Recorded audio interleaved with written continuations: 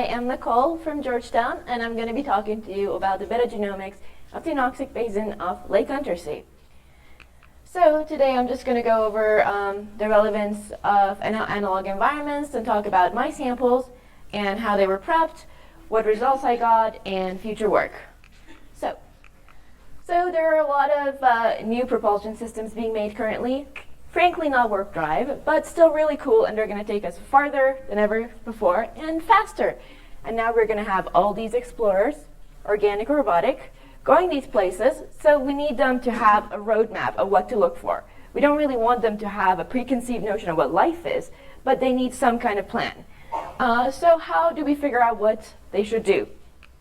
We study analog environments, and analog environments are extreme environments here on Earth with conditions that are really inhospitable to life as we know it. And some of them are the Antarctic dry valleys, good analog for Mars. Antarctica, like Untersee, good analog for ocean worlds. We'll talk about that later. Craters of the moon, good analog for craters for lava tubes under the Martian surface. So why study them? Well, we're kind of stuck on Earth, so we don't have a lot of options. One of them would be computer simulations, or we could simulate these environments in a laboratory, or we could go out and actually find extreme environments that are taking a few liberties similar to those of other worlds. If life can survive in these places, we get to learn about them, we get to learn how they survive in these extreme environments, and that helps us broaden the definition of habitable. I can talk to you a little bit about my extreme environment, which is Lake Untersee. It is located in Antarctica. It's always covered in ice, 3 to 5 meters all year long, and it's closed off from the environment, almost no external nutrient flow, and as it is in Antarctica, it is covered in darkness 6 months of the year. And only simple organisms have been found here, only prokaryotes and viruses, and no eucs so far. But that's not the only interesting thing about it. It has 2 basins. It has the aerobic basin and the anoxic basin. The aerobic basin is deeper than the anoxic basin, near the glacier, and it is completely homogeneous, well mixed, and it has oxygen in it. The top 60, so if you look at this one, the green line, about the top 60 meters of the anoxic basin is similar to the aerobic basin, well mixed, and then there's about a 10-meter oxycline, where the oxygen suddenly drops to 0, and then we have this little 20-meter pocket of completely stratified anoxic water. But it also happens to be, so this 20-meter pocket also happens to be a low pocket of methane and has one of the highest methane concentrations on Earth, and since there is no methane seep, it is believed to be of biotic origin. So that was all good. But now we're going to talk about what's really important here. That's me. So I talked about these intrepid explorers earlier. It so happens that I myself am one of them. Last fall, I made the Argus trek to Antarctica on a very little-known vessel known as the Boeing 737. I know you haven't heard of it. Don't worry. It's very specialized.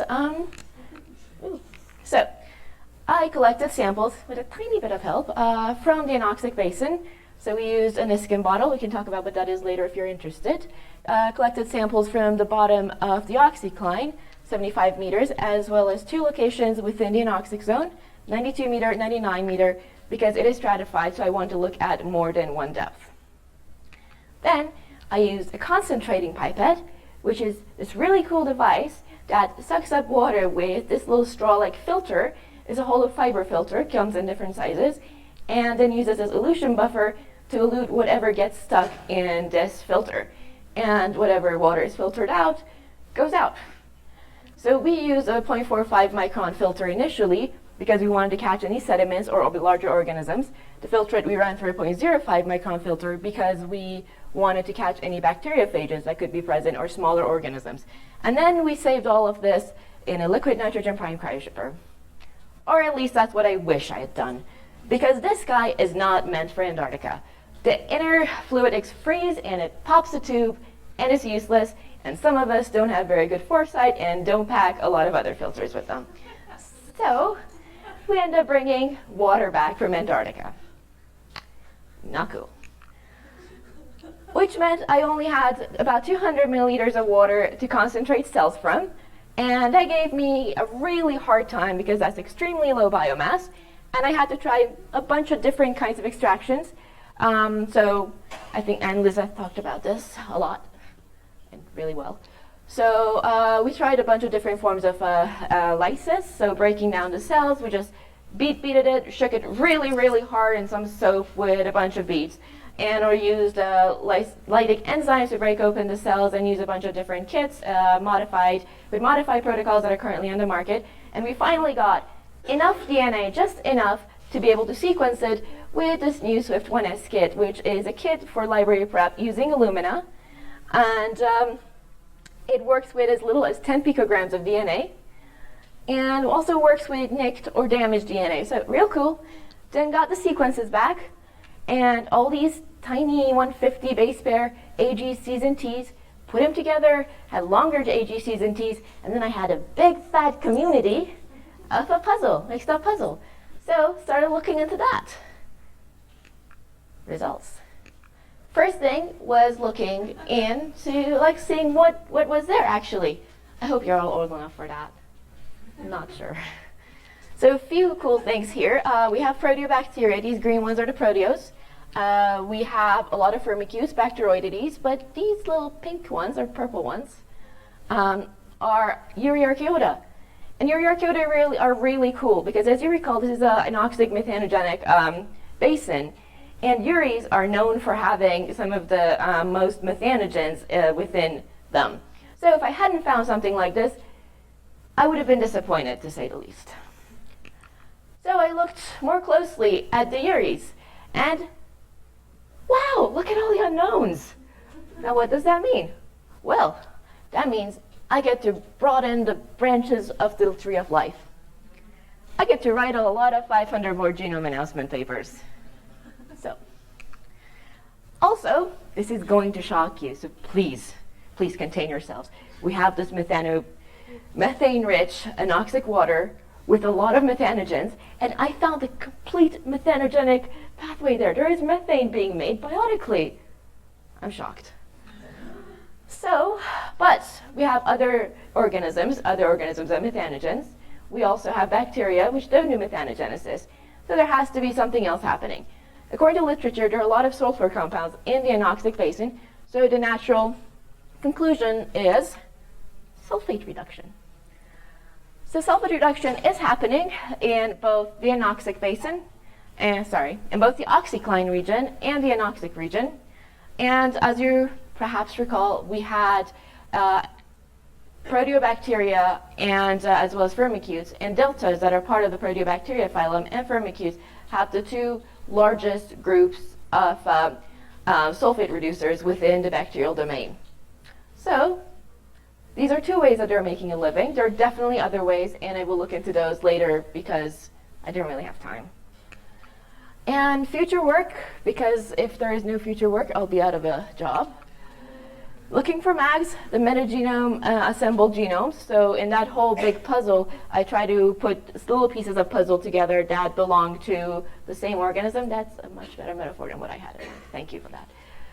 So this, again, adds a lot of branches to Tree of Life, adds a lot of lines to my CV, so that's great. I need RNA work in transcriptomics, but since my samples were not very well preserved, that's probably not going to happen until I get new samples, or or I talk to some RNA specialists. So if you work a lot with RNA, please help me. Also, I collected samples from the sediment, the benthic sediments, and I think it's going to be super cool to study how the sediments, which are actually quite rich in organisms, are going to interact with the water, and what that exactly does. So that'll be cool to study. And that's all. Thank you to the people in Boulder who helped me with the science and with the sample collection, and everybody else for their emotional support, because I'm quite a handful. Thanks to Toillion and SETI for sending me to Antarctica, NASA for helping me do all of that, and the Johnson Biosignatures Lab, obviously, for giving me a desk and a promise of a PhD. And I made that myself. Thank you.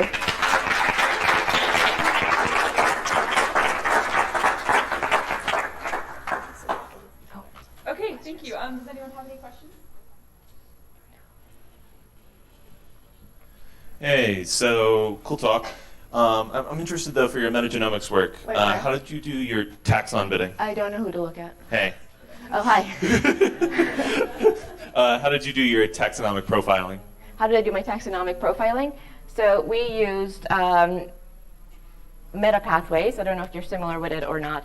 So MetaPathways did an annotation against the RefSeq database, and it used 40 marker genes, which all belong to the ribosome, which were found within the metagenome. And it gave me a list of organisms that they had the best match to. Now this is more accurate than doing a 16S, because in addition to 16S, it used a lot of other genes that are also present in ribosomes and tRNAs as well. Is there any evidence for methanotrophic life that could be redox coupled to the sulfate reduction? You know, I am definitely looking for that. That is something that I am also interested in, because there's all this methane, there's all this uneaten lunch that I want to know if it's being used.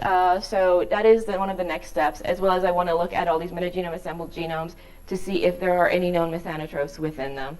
Should be cool. Anyone else?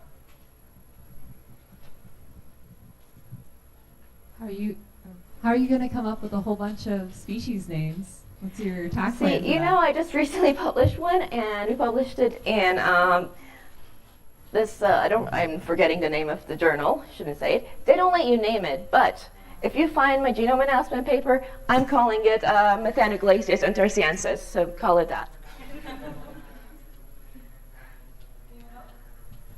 I'm going to ask a question and abuse my mic powers.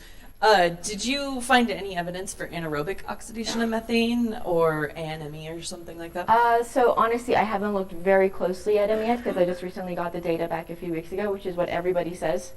But so far, no, not yet, anyway.